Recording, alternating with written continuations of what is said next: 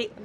Thanks, Caroline. I have two questions. Sure. On the layoff of federal workers, potentially, the president said yesterday that Democrats will be to blame if federal workers lose their jobs. Historically, though, in past shutdowns, workers have been furloughed, but they have not been laid off en masse. So wouldn't that be the president's call to lay people off? As I've said repeatedly, Caitlin, this conversation about layoffs would not be happening right now if the Democrats did not vote to shut the government down. And as I also said last briefing as well, we are $37 trillion in debt, and the government is not receiving any cash. So someone has to look at the balance sheet and be good stewards of the American taxpayer dollar.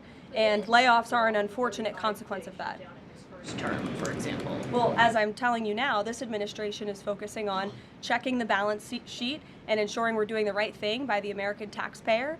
And again, these conversations about layoffs would not be happening in the White House today if not for the Democrat shutdown. And they have a choice to change that. They have another opportunity tonight to do the right thing to reopen the government.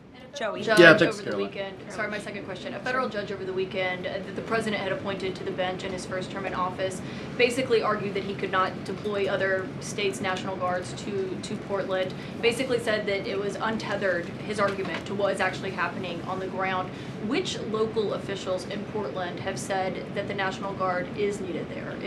With all due respect to that judge, I think her opinion is untethered in reality and in the law. The president is using his authority as Commander-in-Chief, U.S. Code 12406, which clearly states that the president has the right to call up the National Guard in cases where he deems it's appropriate. And if you look at what has happened in Portland, Oregon, for more than 100 nights, I was talking to our law enforcement team about it this morning, for more than 100 days, night after night after night, the ICE facility has been really under siege by these anarchists outside. They have been disrespecting law enforcement. They've been inciting violence. We saw, again, a guillotine rolled out in front of this federal building. And so the president wants to ensure that our federal buildings and our assets are protected.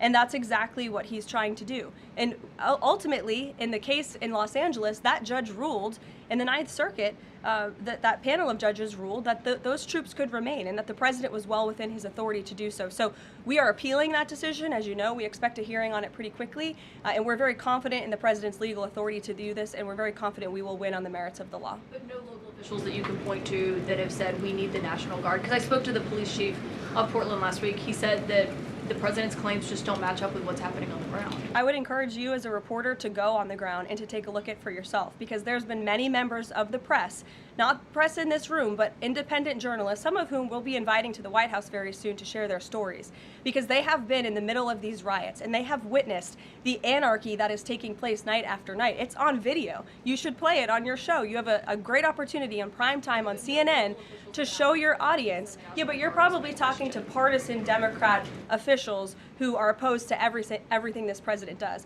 You should also ask the people who live in Portland. We've actually heard from many members of the community who have said that this is complete civil disobedience. It's a mess. It's been loud. It's been troubling for neighbors in the community who are just trying to live peacefully. And these people are not there to peacefully protest. They are there to cause mayhem and havoc. Yeah, Karoline. Stephen, go ahead.